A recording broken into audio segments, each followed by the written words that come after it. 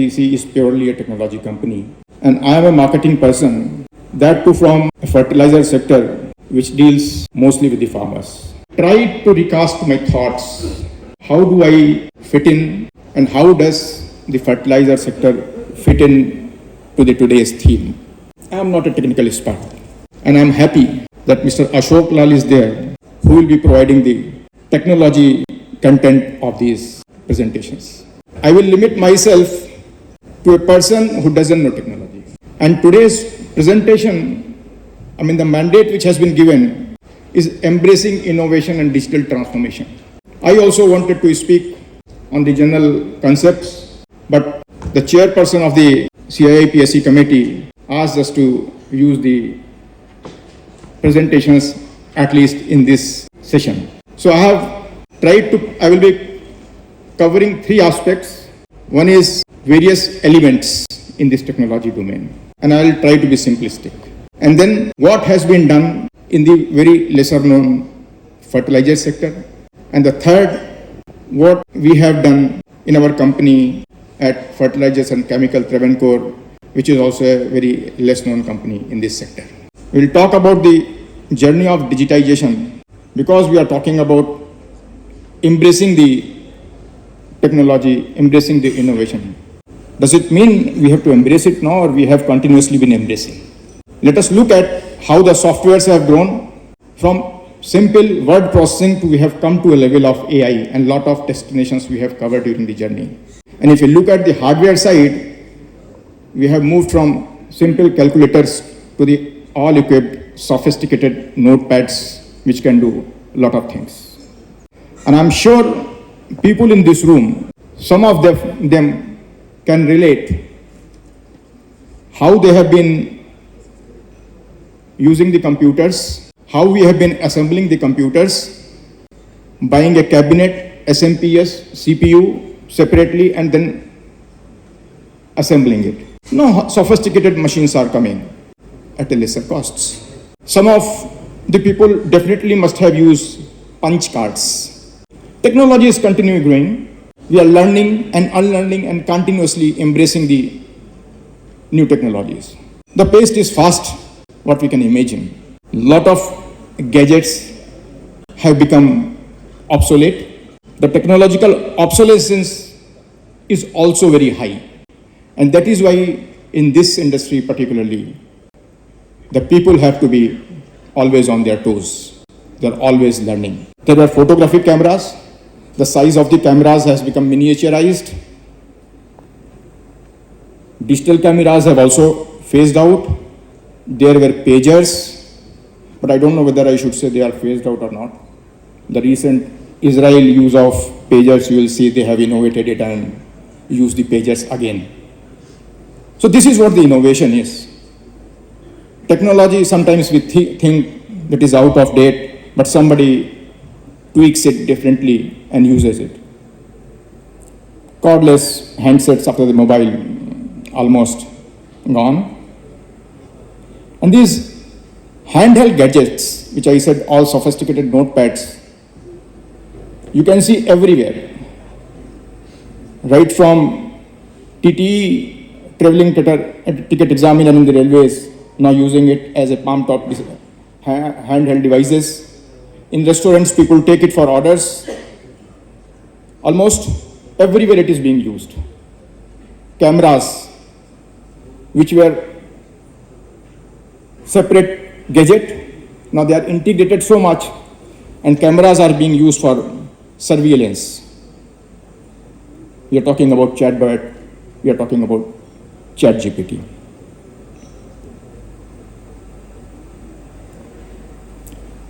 So now, what is all about?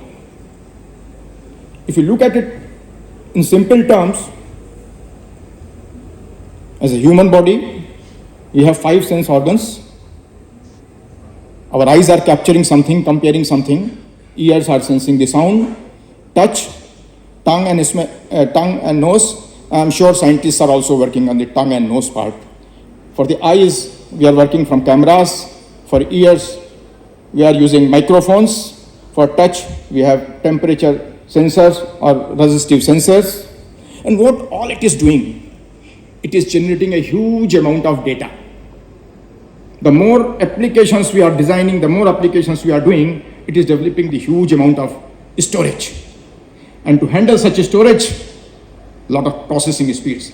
So our applications are continuously increasing speeds, processing speeds are increasing, data storages are becoming larger, data mining has become faster. Now, you can say the storage is being done on clouds for the purpose of reliability and security. So this is the total digital landscape. And what is actually happening, we as a human body cannot be present at 2-3 different places. But through VC, now we are able to capture data from 3-4 places or large number of places and able to take a decision. Similarly, a security guard cannot be present on 4 gates, but through technology, he is able to monitor 4 different gates on the same place. So this is how the technology. And why I'm talking all this about? I'm talking like this. We need to look at the technology in simple terms. We should not look at the technology as a hawa, as something which is very complex. Because the moment we start looking at the technology as a complex thing, we will fail to embrace it. So that is why, definitely, as a journalist, there may be many people who will be relating with me, who will be making decisions. And for specialization, we can definitely rely on experts. We can take their help. But at least from the solutions perspective, we have to look the technology in these simple terms. And what is actually happening when such a large amount of data is being handled? We know inventory is a cost in the traditional terms. If higher raw material is being kept, it is a cost.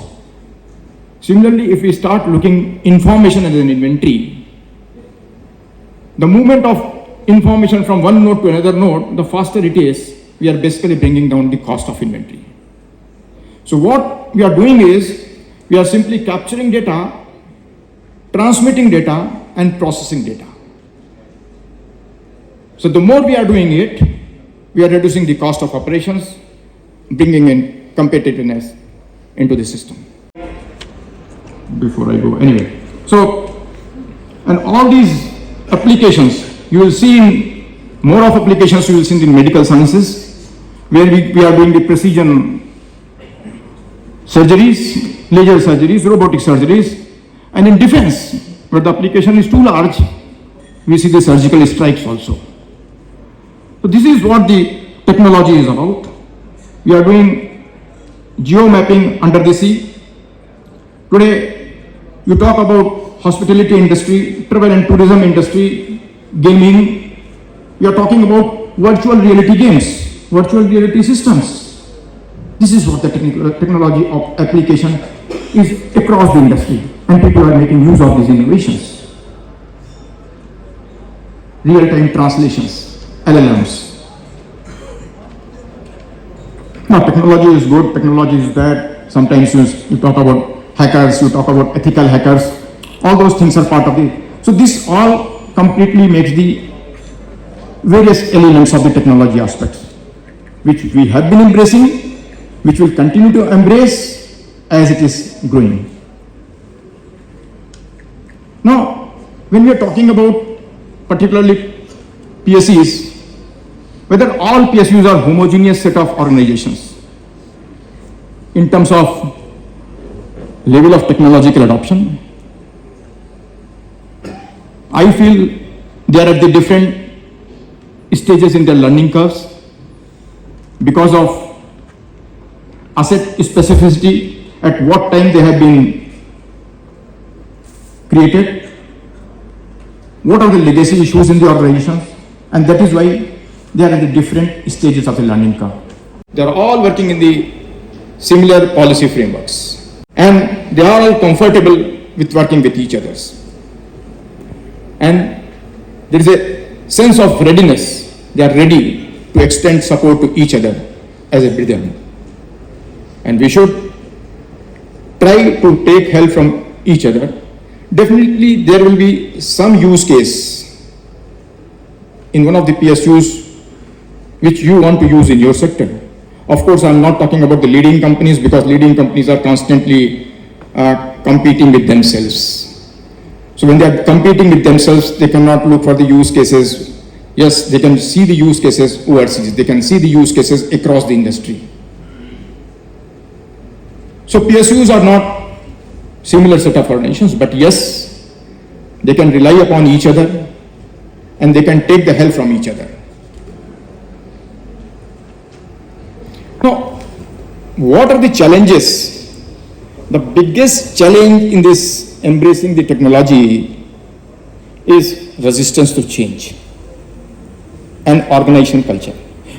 You all can relate within your organizations, within your journey, you will find different resistances, but if I say it broadly, it is only a resistance to change and organizational culture. And when I'm talking about today these digital technologies, I will not leave aside the process technologies which very manufacturing sectors use. But the thing is, it is not just about, when I'm talking about embracing the technology, it is not just about acquiring the technology or technology acquisition.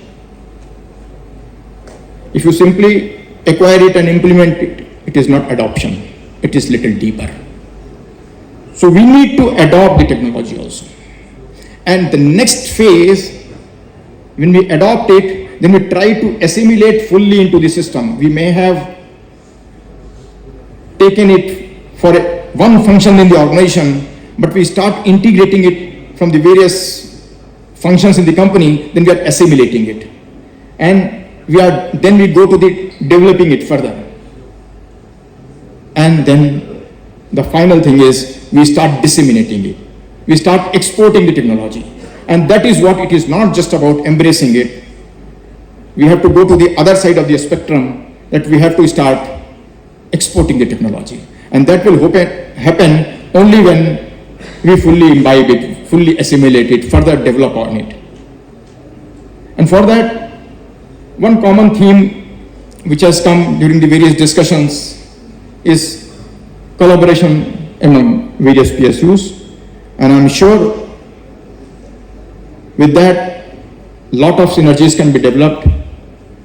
And it is not only the PSUs, but the private sector is also supporting PSUs in this journey. Now coming to fertilizer sector, when I said we are dealing with farmers and where the technology comes in, although I have tried to make my presentation more qualitative, but just sharing few numbers which may not be exact also, but it will give you a feel of kind of data we are handling. We are, as an industry, we are moving through logistics or selling around 65 million tons of fertilizer every year. 650 lakh, 650 lakh metric tons of fertilizer. And it is an industry which is subsidized industry. In earlier days, the subsidy used to be given to the manufacturing companies, and manufacturers were producing it, they were getting the subsidy, whether they move it to the farmers up to the last mile or not, it was missing. Now, if I look at in terms of transactions, because the goods move from either from the port or from the plants to the 3-tier dealerships, and then finally at the retail level, where the invoices are generated to the farmers, it is definitely in the range of 50 crores retail transactions. And why it is important? Now government has developed a integrated fertilizer management system which takes care of movement of each and every bag of fertilizer up to the farmer. What is produced in the plant, how much is moved to the wholesale dealer, or how much has moved to the company godown, and from wholesale dealer to the sub dealer to the retailer. And finally, when the farmer purchases, now we have been talking about direct benefit transfer, DBT. It is actually a DBT now.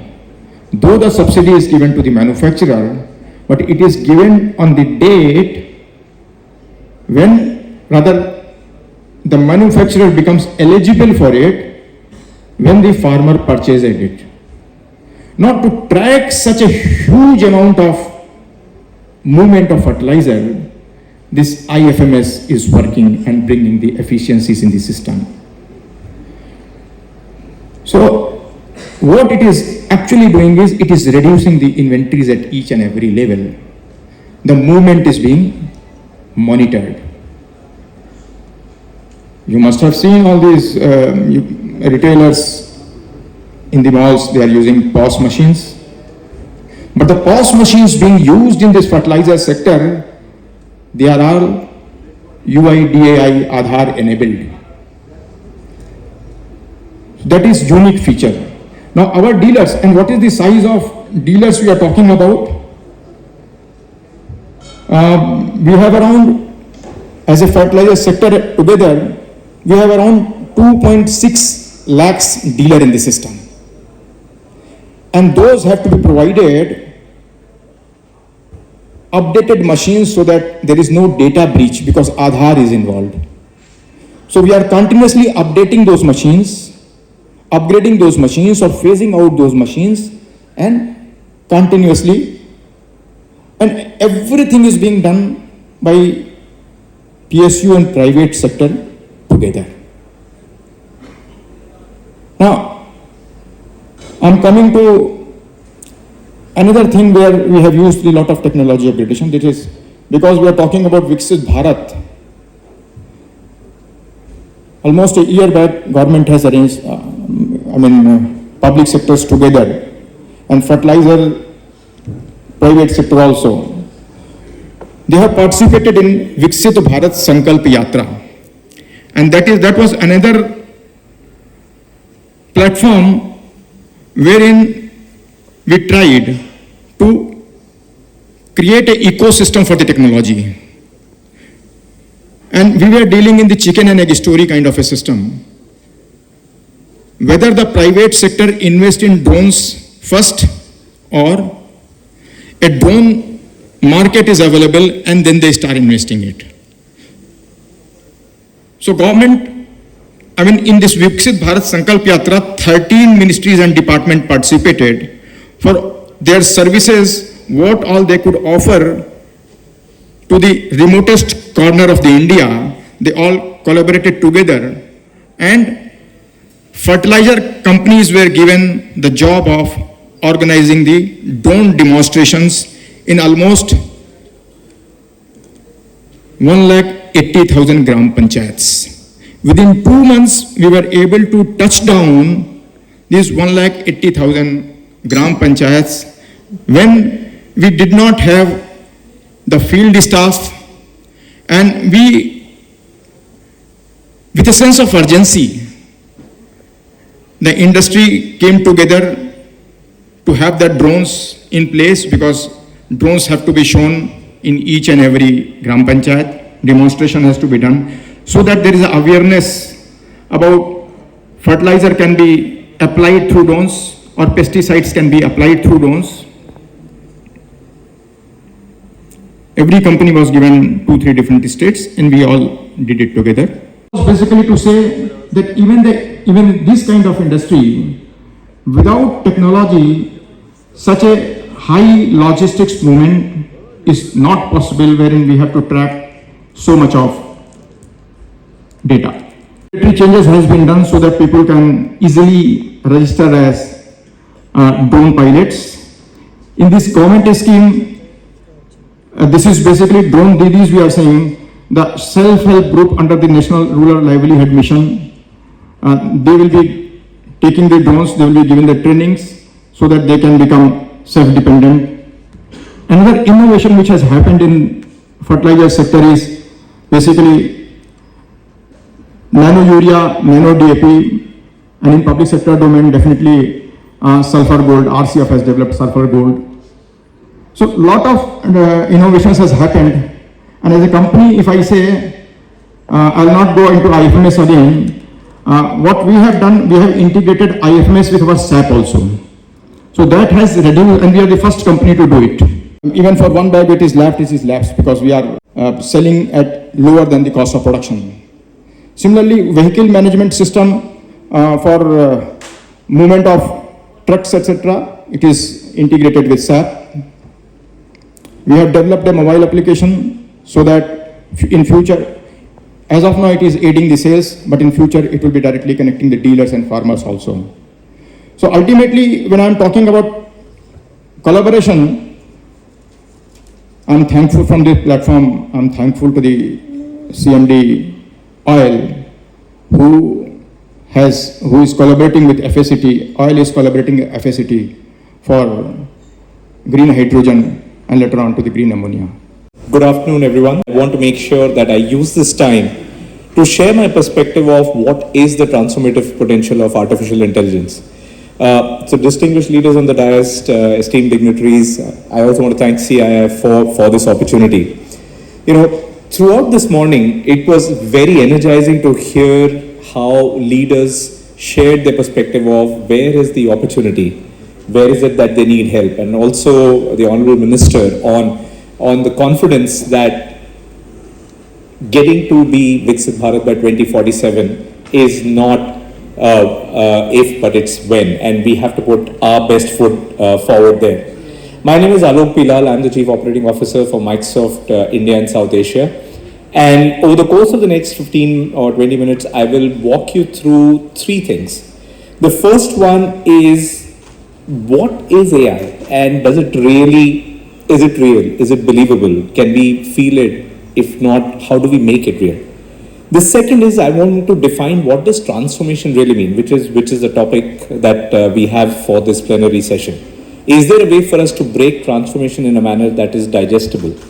And I will do that with examples of where does the opportunity with AI show up for each one of us as citizens, as members of the organizations in the public sector or private sector. So let's get started. I want to start with the mission that Microsoft has, which is to empower every person and every organization in India to achieve more. And at Microsoft in India, we've been seeing the rapid pace of adoption of AI to help us move faster to this mission. But before I get to what are the examples and case studies, I wanted to possibly take a poll in this audience. How many of you can accurately define what AI means? What does ML mean? Get to understand a history of AI in 30 seconds. So artificial intelligence is one field of computer science where, in 1956, John Montgomery put out the first definition of what artificial intelligence is. And to just give you a perspective, it is a field of computer science that seeks to create intelligent machines that can replicate or exceed human intelligence. Simple definition. A lot of effort went in the researchers that came involved. And then in the late 50s itself, the definition of machine learning started to come up, which is, it's a subset of artificial intelligence. So when you use AI ML, I'd like you to use it appropriately. It is to learn from existing data and improve the outcomes without being given specific instructions. Not believing that AI will actually drive the material results that it was hypothesized to do. And only in the late 2000s or 2010s is when deep learning as a concept started to show up, which uses the opportunity to mimic the human brain. And that's where most of the research and investments have resulted in. But it's exactly 24 months since we first saw the advent of ChatGPT. And that's really what made generative AI a household name, or a name that every technologist or every individual will talk about.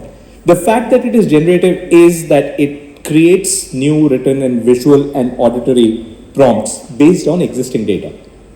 So now that you understand at least where the domain of AI fits in, let's start to understand why is this important?